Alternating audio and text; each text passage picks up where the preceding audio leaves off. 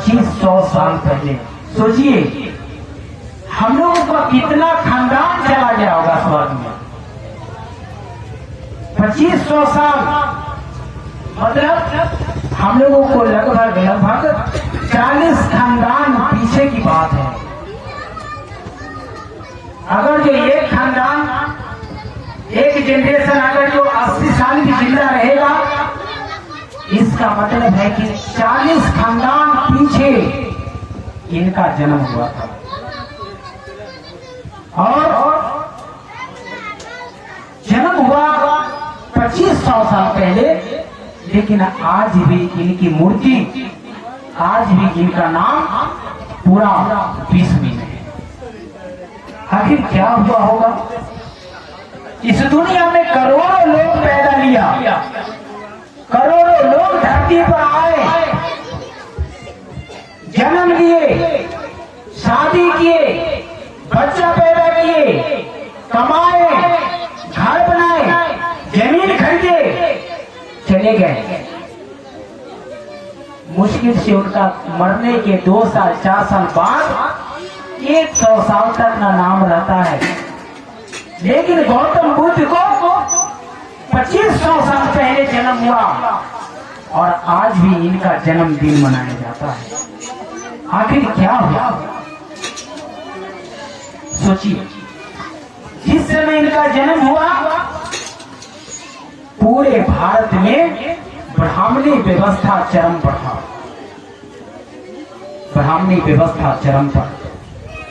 ब्राह्मणों ने कहा कि पूरे भारत में 4 वर्ण होते हैं।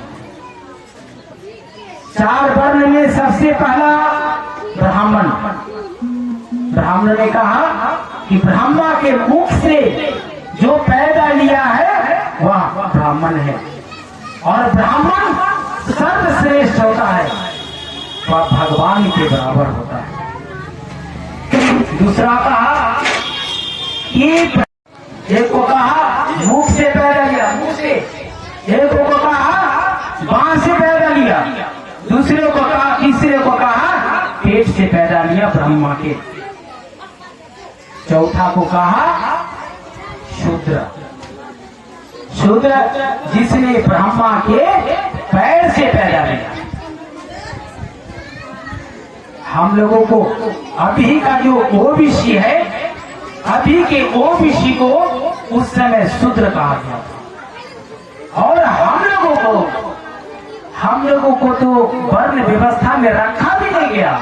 कहा कि ये लोग अछूत है, ये लोग को देखने लायक भी नहीं है। ये लोग के शरीर के परछाई जिस व्यक्ति पर पड़ जाएगा वह व्यक्ति अशुद्ध हो जाएगा। हमारे बाप दादा को तो गांव में घुसने का इजाजत भी नहीं था। कहा कि इन लोगों को नदी के किनारे पर रखो, क्योंकि इससे गांव, समाज, शरीर अशुद्ध हो जाता है। हमारे खानदान को अछूत बोल करके नदी किनारे रखा। लेकिन शूद्र बोला, कहा शूद्र को 3 अधिकार से वंचित रखा। शूद्र को 3 अधिकार से वंचित रखा। कहा कि इसको शिक्षा का अधिकार नहीं होगा, शिक्षा ग्रहण नहीं कर सकते हैं। यदि कोई शूद्र का व्यक्ति शिक्षा ग्रहण करेगा, ब्राह्मण नाखुश हो जाएगा। ब्राह्मण को खुश करना है, शिक्षा ग्रहण नहीं करना। दूसरा अधिकार, कहा कि संपत्ति रखने का अधिकार नहीं होगा, संपत्ति रखने का अधिकार नहीं होगा। कहा कि जो शूद्र संपत्ति रखेगा ब्राह्मण नाखुश हो जाएगा। ब्राह्मण को खुश रखना है, संपत्ति का अधिकार को छीनना पड़ेगा। तीसरा, कहा इसको हथियार नहीं रखना पड़ेगा। कहा कि जो शूद्र हथियार को रखेगा उससे क्या होगा, ब्राह्मण नाखुश हो जाएगा। ब्राह्मण को खुश करना है, शूद्र को हथियार नहीं रखना चाहिए। मतलब बच्चे को शांत कराइए, बच्चे को शांत कराइएगा। मतलब क्या हुआ,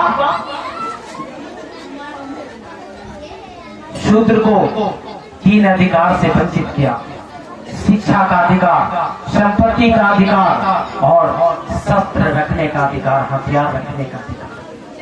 आप लोगों से हम पूछना चाहते हैं, मान लिया जाए किसी भी इंसान के जीवन से यह 3 अधिकार को खत्म कर दीजिए, इंसान और जानवर में कोई फर्क रहेगा क्या?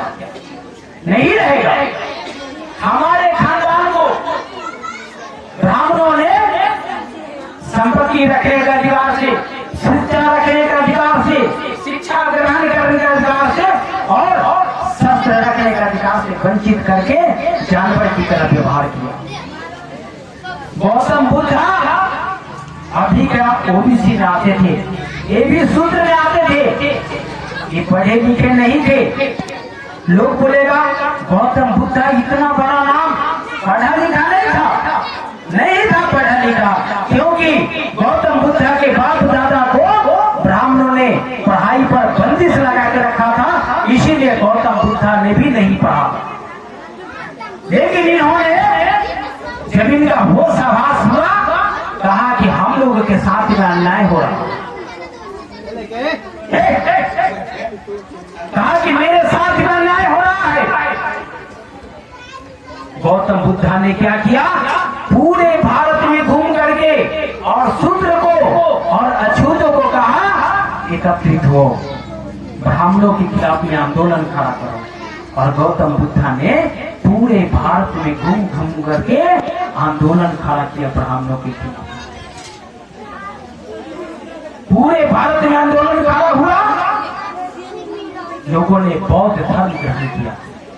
गौतम बुद्ध ने नया विचार दिया, कहा इस दुनिया में माँ के पेट से पैदा लेने वाला हर एक इंसान एक समान है, एक है। सारे संसार में घूम करके इन्होंने कहा हर एक मनुष्य एक समान है। और लास्ट में गौतम बुद्ध को ब्राह्मणों ने धीरे धीरे जहर, खाना में जहर दे करके गौतम बुद्ध की हत्या किया ब्राह्मणों ने। लेकिन इनका आंदोलन कमजोर नहीं हुआ। उनके साथ में आप जो कबीर साहब को देख रहे हैं, कबीर साहब, संत रविदास जी, दोनों आदमी मिल करके बड़ा नसी से आंदोलन को खड़ा किया और पूरे भारत में आंदोलन खड़ा करके गौतम बुद्ध के आंदोलन को आगे बढ़ाया। कबीर साहब को और गौतम बुद्ध को भी ब्राह्मणों ने हत्या की। इनके आंदोलन को ज्योतिराव फूले जो ओबीसी से है, सावित्रीबाई फूले जो ओबीसी से है, छत्रपति साहू जी महाराज जो ओबीसी से है, उन लोगों ने इन लोगों के आंदोलन को आगे बढ़ाया। उन लोगों को भी ब्राह्मणों ने हत्या किया।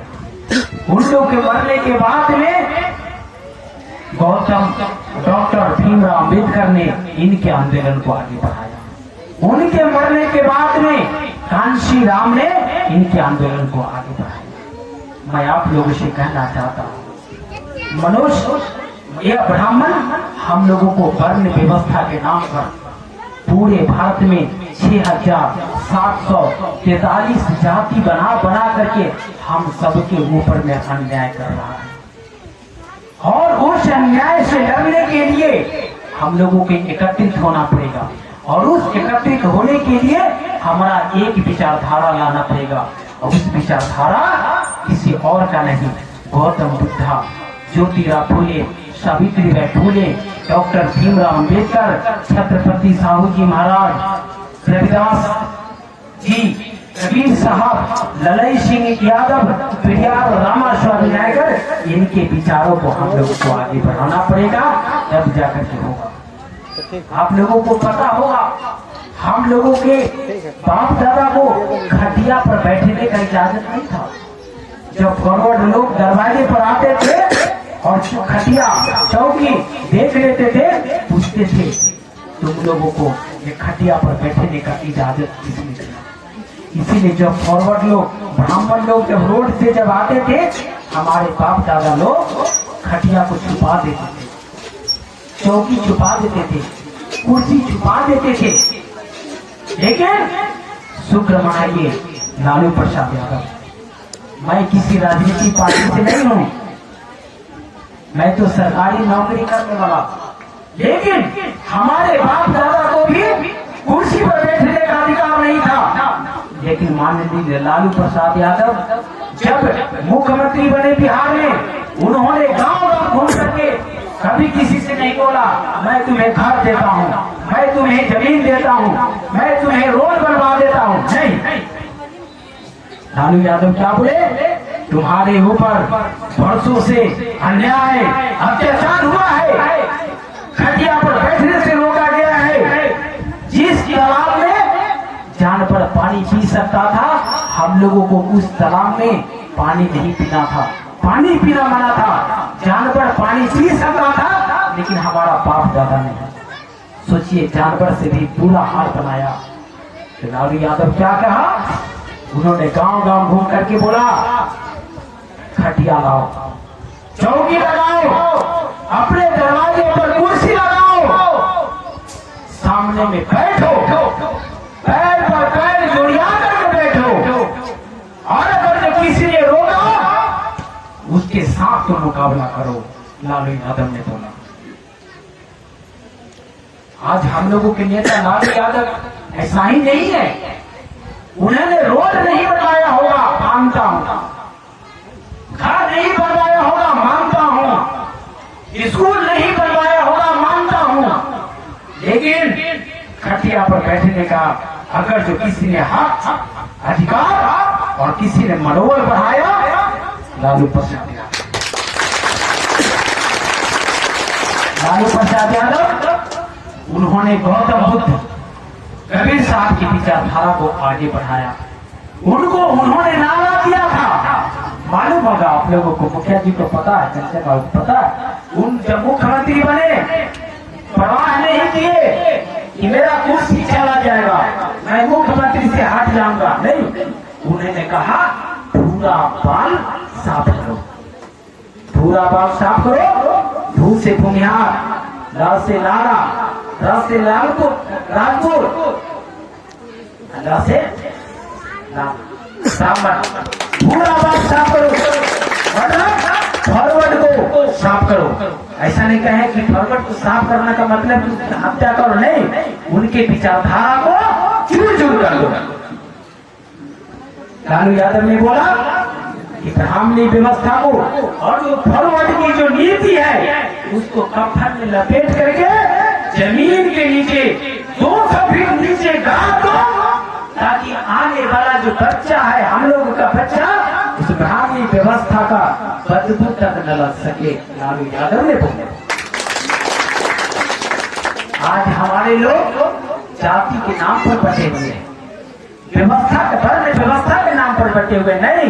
हम 85% इस देश से फॉरवर्ड,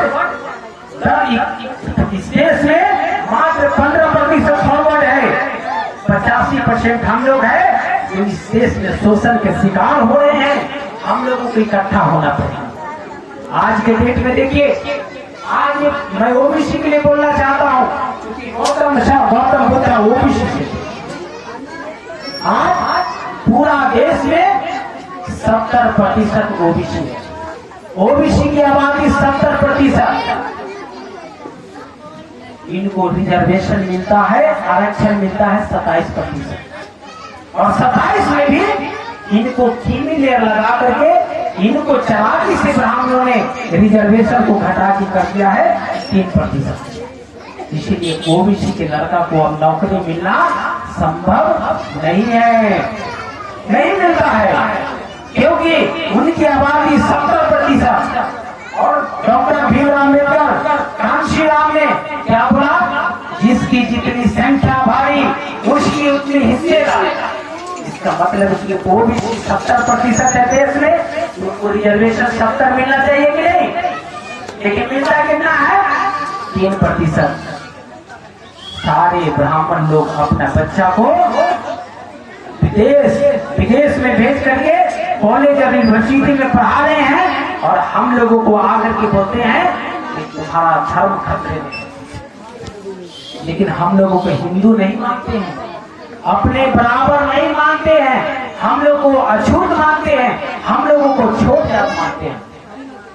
जब 2017 में मुलायम सिंह यादव का लड़का अखिलेश यादव जब उत्तर प्रदेश में चुनाव हार गए थे, तो मुख्यमंत्री से जब हटे और वहां जब योगी आदित्यनाथ मुख्यमंत्री बने, आप लोगों को पता होना चाहिए 9 दिन तक योगी आदित्यनाथ ने सीएम आवास में प्रवेश नहीं किया।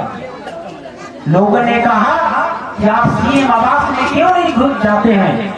कहा कि नहीं, उसमें शूद्र रह चुका है।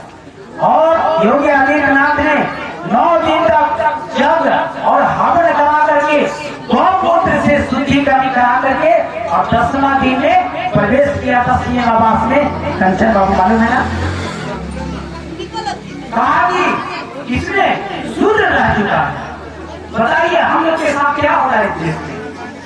लेकिन हम लोग जाति के नाम पर, हम लोग वर्ण व्यवस्था के नाम पर बटे हुए हैं। हमारा रिजर्वेशन गायब हो रहा है। ब्राह्मण का कभी भी कोई भी लड़का जाकर के किसी को चंदा काटते हुए देखे हैं? नहीं काटता। दुर्गा पूजा बैठाते हुए देखे? नहीं बैठाता। हमारे लड़का लोगों को कहता है तुम्हारा धर्म